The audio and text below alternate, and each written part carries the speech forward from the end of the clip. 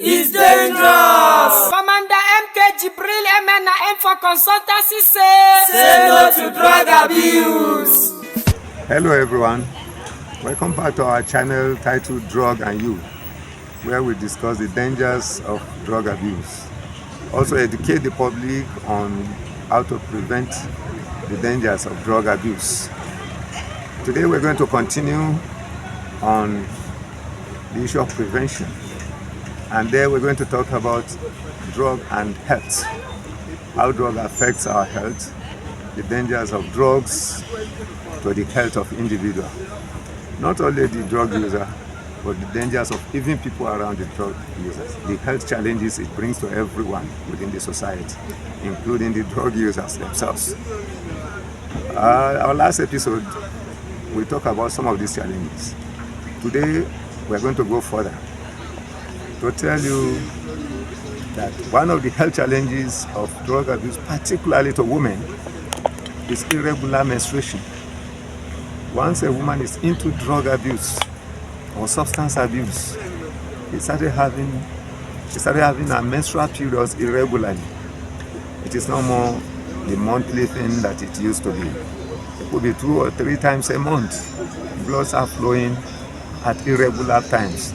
All it is the impact or the effects of the drug that she takes.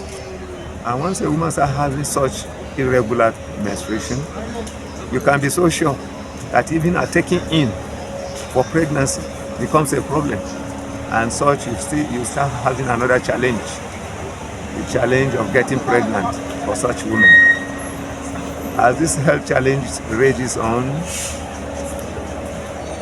the woman herself, even if is able to conceive, even if a woman is able to conceive and is a drug user, there's a further challenge to that. And that is that the child, the unborn child in the fetus, the unborn child in the womb is affected. So, very common with drug addicts who are women and are still giving birth to children. When they give birth to a child, that child comes with mental illness, either at the beginning, right from childhood, or later in life as an adult. Research has shown that every child of drug addicts, woman drug addicts, becomes mentally affected, either earlier in life or later in life. So, we've talked. You can now assess about 3 challenges a woman that takes drug faces. But it even goes beyond that. A woman that takes drugs have drugs, the leftover of drugs, or what we call hangover of drugs, in her system. Whichever substance is taken that is intoxicating her, she has it left in her system longer than men that do the same thing. If, in other words, what we are saying is that if a man and a woman takes drugs, the same quantity of drugs, at the end of the day, the drug lasts longer in the woman's body than the man.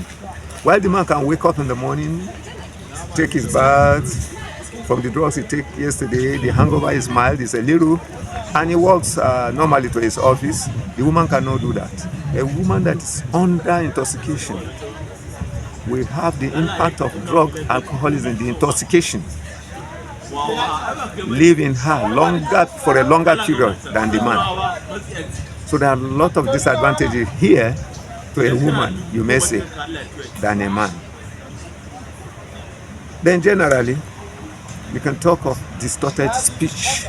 Ever seen a drug addict, a drunkard, somebody who's always under intoxication, not speaking normally? It's not flowing when he speaks. His voice is coarse or distorted. His language, his speech is distorted. He doesn't speak to you fluently. He can't make a sentence fluently. He drags what he says, as if the tongue is heavier than normal. Distorted speech is one of the disadvantages of substance abuse, one of the health challenges to a drug user. You have restlessness. A drug user is always restless. He's here, he's there, he wants to be here, he wants to be there, he wants to be everywhere. Hyperactive, super active, doing everything and doing nothing. And that equally comes with irritability. It comes out with hallucination. A situation where it's so irritable, it gets angry easily. It gets irritated by anything. Have you ever watched them when they walk on the street? Staggering, not moving straight, because they cannot see straight. A drug addict always believe that there is something in the front he wants to match on, so he wants to avoid it. He wants to dodge it. The hallucination also comes with thinking that certain things are happening around you when there is nothing happening. You ever watch them walking on the road and talking alone? Or sit down somewhere and be talking to themselves? He feels that somebody there is talking to. If you watch how he talks, if you watch his speeches, if you watch his sentences, he is communicating as if he has somebody with him communicating with. That's hallucination.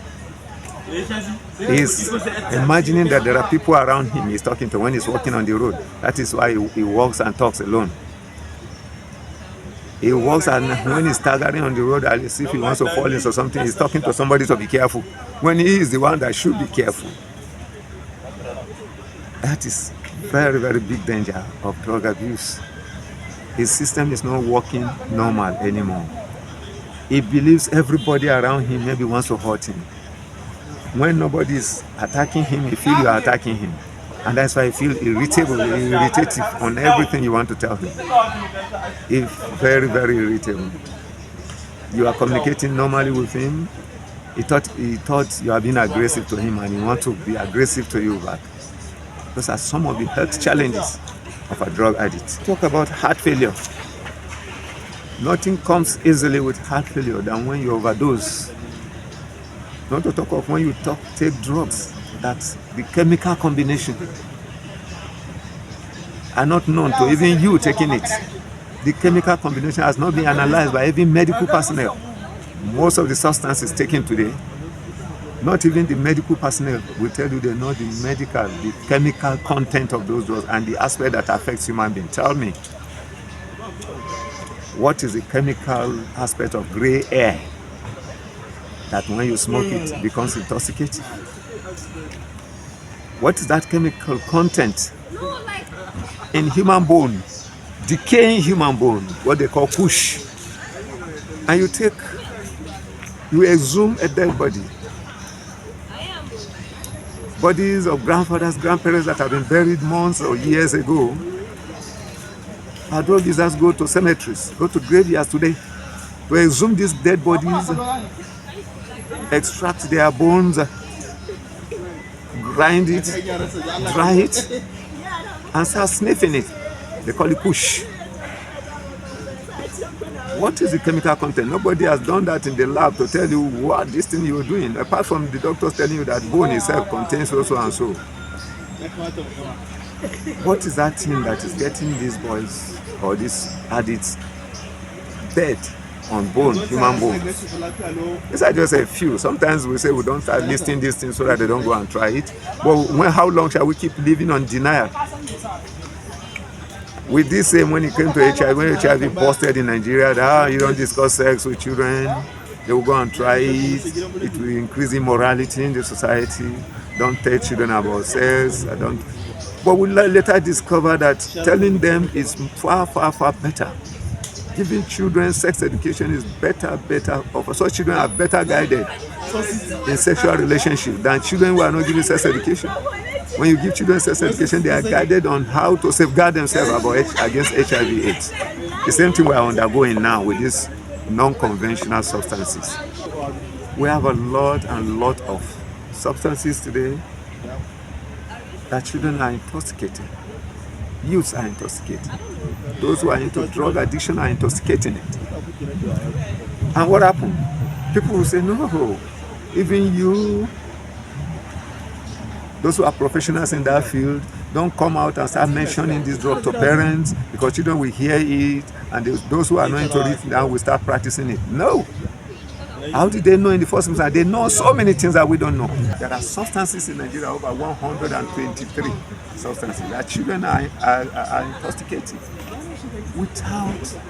without such things relating to cannabis, hemp, weed, igbo, They are not relating to cocaine. So the experience of HIV/AIDS should give Nigerians enough concern to say, let's start educating the public now on these substances. The non-conventional substances that have nothing to do with cocaine, they have nothing to do with heroin, they have nothing to do with India hemp. The one you say you should call hemp now, not India hemp alone. Hemp, cannabis, cocaine, heroin, those drugs, hard drugs we know before. There are harder drugs now that children don't need a penny from parents to go and buy. So you may not even know within your homes. I told you earlier that there are over 123 types of substances that these children are intoxicating. Within our homes, you can have over 20. From our kitchen to our bedrooms to our sitting rooms to the human body, these children intoxicate, improvise all sorts of things to intoxicate. So why can't we start educating the public now on them, the dangers of these things? Rather than living in denial we did in HIV, that don't talk about drugs, don't talk about sex with children, to give them sex education, and it became worse. It blew out in so many states and started blowing away so many people. Today we are saying if you take some of these drugs, the health challenges are numerous. Because for somebody who is into this dirty gutter, a pit toilet, somebody goes there early in the morning to use it for intoxication. The gutter across your house, in front of your house, they go there to use it for intoxication. You use him on bones. For goodness sake, what are the chemical contents? Even doctors will not be able to tell you this is what is causing the intoxication inside some of these other things. So these children or these addicts may be taking themselves into very, very dangerous, very perilous angle just for the purpose of enjoyment. It is better we start singing these things out now, because either we say it or not, the children know. They know better than us. In fact, it is through them that investigators get some of this information. When you get them with one thing, you pin them down, interrogate them, interview them on them, they will tell you many more that they are taking that you don't even know. So it's better the parents know and be guided. The health challenges are numerous. You just come back, you just all of a sudden, you discover somebody is not behaving normally anymore. The health is deteriorating in your house, your child, your wife, your brother, your wife, your sisters, your husbands. And you never can tell, you've never seen him taking alcohol. Not to talk of taking Indian hemp, not to talk about taking cocaine. He doesn't drink any alcohol, he drinks. Yet, he's no more normal mentally. He has started misbehaving. Something is taking is within your house, inside that house. But since you don't have education from the public, from the professionals who know, you may not be able to help your child until it's blown out to the last point where you are having a case of mental maladjustment, craziness in your house. Then you start running up and down to psychiatric hospitals for help, and they will now tell you, why can't you respond on time? You are there blaming some juju or some kind of witchcraft from the village, and the ones pursuing your family. Nobody is pursuing your family. Your child is pursuing himself within your house. And because there is no information available to you, you are allowed to get out of hand. As such, as we go on with this program, we'll come to a point that we have to start telling parents some of these dangerous substances that the children are into. At seminars, at gatherings of elderly people today, we normally educate them. For things going to the general public like this, we become careful. We say, so that they don't go and start practicing some of them. But I bet you they know them already. Now, heart failure comes as another health challenge for a drug addict. If you are into drugs, regular intakes of drugs, you become addicted to drugs, you are susceptible, you are liable to have issues of heart attack faster than somebody who is not into drugs. Your blood ceases to flow, your health ceases to flow, cardiac arrest, all those come with the lungs being disturbed as a result of the smokes, the heavy smokes. the heavy chemicals from smoke that you pump into your blood every day, into your heart every day, into your lungs every day, as a result of these intoxicating substances you are taking. It's a very, very big challenge. And you know, when it gets to heart failure, we're talking of cardiac arrest and whatever, we know how deadly that could be. A lot of people have gone. A lot of people are dead today as a result of heart failure, sudden heart failure, cardiac arrest. Nobody knows the background to it. How did it start? What is the cause? We never care to find out. We just hear this like AOB, when child AOB is dead as a result of heart attack. What is the cause? What brought about that? The society should start finding out some of these things. And we talk about reduced appetite as another health failure. An individual who is into drugs doesn't have appetite for food. He doesn't have time for food. You give your child money to go to school, he dash to a street corner, spend the whole money on drugs. He has no time for food. If he can get that drug to take, he is satisfied. And that is where you find it funny when some people say, they don't have money to feed, they cannot eat, and the society is not fair to unemployed. If you have money, why can't you use that money to eat? Why going for drugs? Your unemployment, your poverty is one social problem already, I keep saying. Why do you have to go into another social problem to solve the other problem? You have no problem, you have no money, you have no means of livelihood, right? But luckily you're able to get a little money, some from a brother, a father, a mother, or a friend. Rather than settling down to do good things with that money, you now go ahead and buy drugs, purchase all sorts of substances to start intoxicating yourself, getting yourself intoxicated, getting yourself mad. The person that gives you 10,000 today, and you discover that you use that money to purchase drugs, should he be ready again to give you another 5,000 tomorrow? As such, you are compounding your problem. You are already compounding your problem by jumping from one challenge into another, all because of unemployment. Unemployment cannot be a reason for all those things. The immune system of a drug addict is always weak. If you find a drug addict, somebody who is into drug and is already addicted to drug, he can't do away without it. He cannot just live a day without taking substances. Such person has very, very weak immune system. He's always sick. Every other little disease catches up with him. He has no any self-defense, natural defenses in the body anymore to withstand the challenges that come with drug addiction. In fact, he has craving desire to take more and more and more. As such, you find every time he is the one complaining of headache, constant headache. Every now and then, he's the one complaining of dizziness. I'm feeling dizzy. Why won't you feel dizzy when your brain is dizzy? Why won't you turn? Why won't your face be turning when you are already turning your brain yourself? So, drug has to do with our central nervous system. It affects our brain system. It affects the functioning system of our central nervous system. And as such, once your brain is not working right, everything about you is not working right. Drug is the one that causes such problem. Brain is health. Brain is human being. Anything that distorts your brain distorts your well-being and your health and your welfare. As such, if somebody is into drug abuse or somebody is continuously on substances of abuse, it's not itself health-wise. It's completely distorted, you would say. So it's another very, very big sore point for health challenge to a drug user. Depression. He's always living depressed, feeling melancholic, he's not happy about anything, he doesn't even want any noise around him. Once he has taken these drugs, he locks up himself in the room. He doesn't want to have interaction with anybody. He feels depressed. He feels the society doesn't like him. Nobody likes me in this family, so let me be on my own. Let me chart my own ways forward.